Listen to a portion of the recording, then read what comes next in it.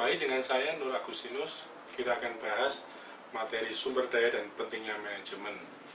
Ini adalah bagian dari kelas online pengantar manajemen bisnis. Di sini kita akan bahas tentang tujuan dari suatu bisnis, sumber daya yang digunakan untuk menghasilkan produk atau jasa, para pemangku kepentingan, lingkungan bisnis, dan jenis-jenis utama dari keputusan bisnis. Nah, sumber daya itu apa saja? Dalam video sebelumnya, yaitu tentang fungsi-fungsi manajemen maupun dasar-dasar manajemen, mungkin telah kita bahas, yaitu adanya faktor-faktor produksi, yaitu sumber daya alam, sumber daya manusia, sumber daya kapital atau uang, dan juga kewirausahaan atau entrepreneurship. Ini merupakan sumber daya.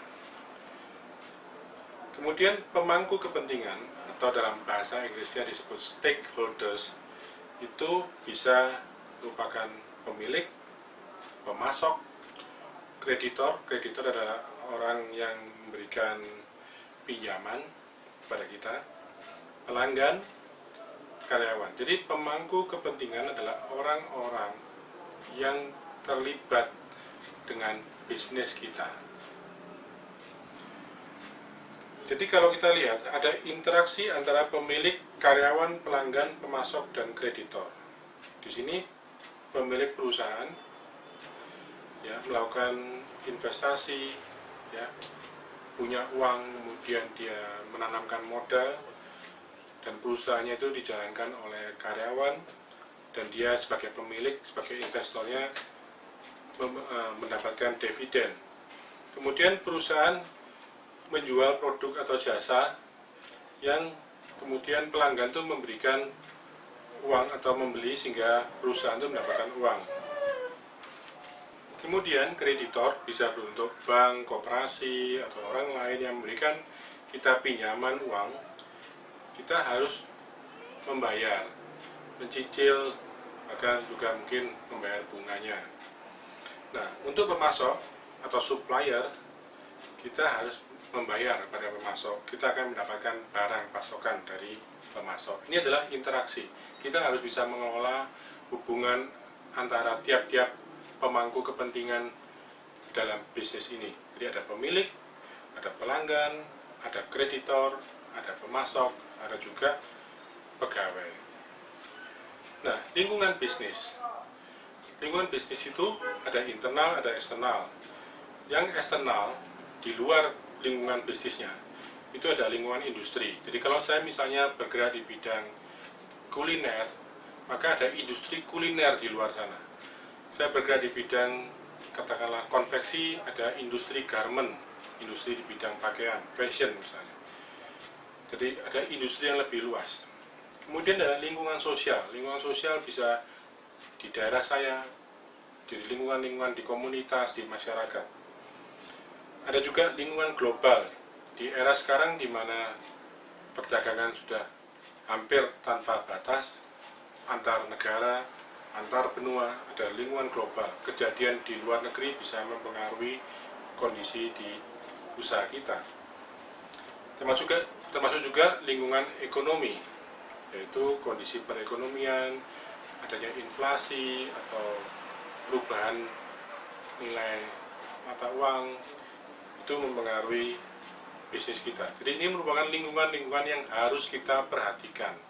Kita harus mau tahu, mau mendengar, mau mendapatkan informasi tentang hal-hal seperti ini.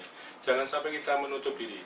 Katakanlah kita sekarang ini sedang bikin usaha peternakan, anggaplah kambing. Maka kita harus tahu lingkungan industrinya bagaimana, perkembangan teknologinya seperti apa, lingkungan sosialnya seperti apa, lingkungan globalnya, apakah ada hal-hal yang baru dalam peternakan kambing, mungkin yang bisa membantu, mempermudah, membuat usaha ini lebih baik. Termasuk juga lingkungan ekonomi. Mungkin di masa-masa tertentu, seperti tadi misalnya dalam materi-materi sebelumnya, ada bagaimana bisnis ini dilihat secara waktu. Saya peternak kambing, mungkin untuk masa-masa tertentu akan baru bisa saya jual dengan lebih mahal, karena mungkin itu berhubungan dengan hari raya tertentu misalnya. Nah, ini adalah lingkungan-lingkungan ekonomi yang harus kita perhatikan. Kemudian kita akan bahas juga tentang jenis-jenis keputusan bisnis. Dalam bisnis kita harus membuat keputusan, mau tidak mau kita harus membuat keputusan, termasuk keputusan menerima orang, menghentikan orang, keputusan untuk memberi gaji sekian, keputusan untuk membeli barang dari supplier A bukan B, keputusan untuk memberikan diskon sekian, itu adalah keputusan bisnis. Keputusan bisnis bisa berupa keputusan manajemen, misalnya tadi tentang penggajian, tentang perekrutan pegawai, tentang katakanlah sistem kita mau beriklan di mana. Nah, ini juga berkaitan juga dengan keputusan marketing atau keputusan pemasaran. Nah, demikian juga ada keputusan keuangan. Jadi ada 3 hal: keputusan manajemen, pengelolaan secara umum, keputusan pemasaran, dan keputusan keuangan. Keputusan manajemen ini biasanya berkenaan dengan biaya-biaya atau beban produksi. Keputusan pemasaran berkenaan dengan biaya pemasaran, dan keputusan keuangan berkenaan dengan beban bunga, di mana ini semua akan menjadi beban biaya usaha kita. Bagaimana kita mendapat laba, yaitu pendapatan kita yang berdasarkan atau kita dapatkan dari permintaan akan produk atau jasa dari bisnis kita itu bisa lebih banyak daripada beban yang kita keluarkan.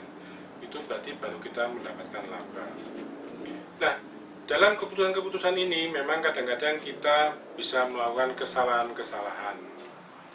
Ada baiknya kita lihat satu persatu dari tabel ini, yang kita misalnya keputusan manajemen, katakanlah mempekerjakan karyawan terlalu banyak, jadi artinya tidak efisien. Ini menyebabkan beban yang berlebihan. Atau mempekerjakan karyawan yang tidak memiliki keterampilan yang dibutuhkan. Ini sering terjadi. Misalnya kita tidak mau membayar mahal, kita dapat orang sembarang, mungkin ya anggaplah tetangga atau orang-orang yang kita kenal, tapi keterampilannya kurang. Akibatnya produksi yang tidak efisien dan pendapatan rendah. Atau membayar gaji yang berlebihan kepada karyawan, ini juga tidak efisien. Bukan berarti kita kemudian dianggap pelit, tapi kadang-kadang kita salah menilai seseorang sehingga kita membayar lebih banyak padahal keterampilannya kurang. Atau membayar gaji yang tidak mencukupi, ini sebaliknya. Jadi menyebabkan moral karyawan menjadi rendah, jadi ada yang semangatnya menjadi berkurang. Atau menggunakan ruang secara buruk. Jadi ini juga penting untuk diperhatikan, termasuk menggunakan sumber daya yang lain secara kurang baik bisa menyebabkan beban yang berlebihan. Nah, sementara kesalahan-kesalahan keputusan dalam manajemen pemasaran, misalnya kita menciptakan produk yang tidak memiliki target pasar. Jadi kita bikin produk sembarang yang kita mau, tapi ternyata tidak tepat sasaran, di pasar tidak ada yang menerima. Akibatnya apa? Beban yang berlebihan dan tidak dapat pendapatan. Artinya apa? Produk yang kita hasilkan ternyata tidak diminati. Lalu menetapkan harga produk terlalu tinggi, ini juga problem, karena penetapan harga ini juga ada ilmunya, ada teorinya juga. Jangan sampai kita menetapkan harga itu keliru, sehingga akibatnya apa? Orang tidak membeli karena mungkin dinilai terlalu mahal. Kesalahan lain adalah gagal beriklan. Nah, ini juga akhirnya kita tidak begitu dikenal di masyarakat. Keputusan lain dalam hal iklan ini misalnya salah tempat dalam mengiklankan. Mungkin kita pikir supaya lebih murah kita lakukan lewat sosial media, padahal pelanggan kita tidak bersosial media, jadi percuma. Atau kita beriklan di sebuah surat kabar tertentu, sementara surat kabar itu tidak cocok dengan segmen pasar yang hendak kita tuju. Atau menggunakan iklan yang tidak menarik bagi pasar target. Jadi kadang-kadang kita bisa saja lihat di televisi atau di koran ada iklan yang tidak pas, tidak menarik. Ya, ini harus kita perhatikan, jangan sampai kita melakukan kesalahan-kesalahan seperti ini. Kemudian dalam hal keputusan keuangan, misalnya wah kita perlu uang, kita perlu modal, betul. Ada yang menawari pinjaman 100 juta, terus kita ambil. Padahal mungkin kita butuhnya tidak 100 juta. Akibatnya apa? Kita terbeban bunga. Nah, jadi meminjam terlalu banyak itu juga salah.